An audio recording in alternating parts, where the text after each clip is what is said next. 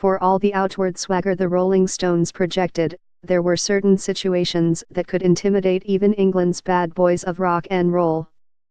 Near the top of the list, performing before a TV or radio audience of millions of listeners, such as when the BBC extended an invite to appear on one of its many music programs of the mid-1960s. At the time we were doing this, we were, like, oh, my God the BBC. Stones songwriter and guitarist Keith Richards, 73, said recently from his home in Connecticut, where he'd just returned after having wrapped a tour of Europe with bandmates Mick Jagger, drummer Charlie Watts, lead guitarist Ron Wood and bassist Daryl Jones. That period is captured in On Air, a new 2-CD, 32-track set and featuring recordings live and in the studio that the Stones made from 1963 to 1965. We were just trying to disguise our actual terror, Richards said with that signature hearty pirate laugh. There was a lot of adrenaline. The nerves, however, didn't last long. Once you got out there that's the thing about the Rolling Stones, he said, sounding one step removed from the group he's been part of for 55 years.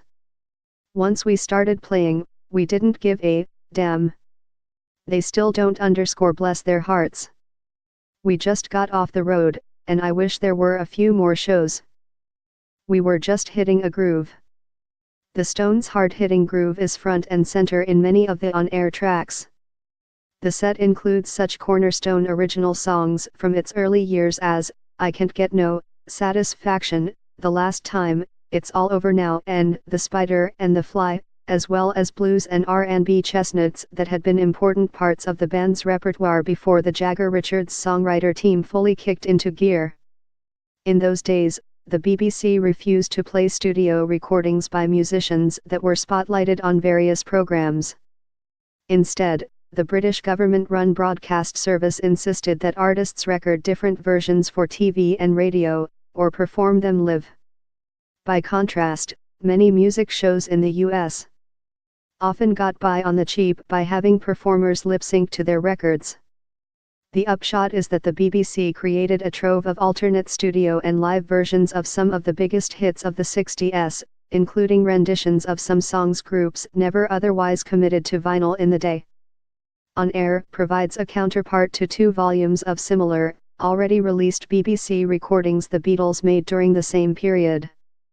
Along with the original material chosen for On Air, we hear the Stones take on Chuck Berry's role over Beethoven, one of the few times listeners can compare songs recorded by the Beatles and the Stones.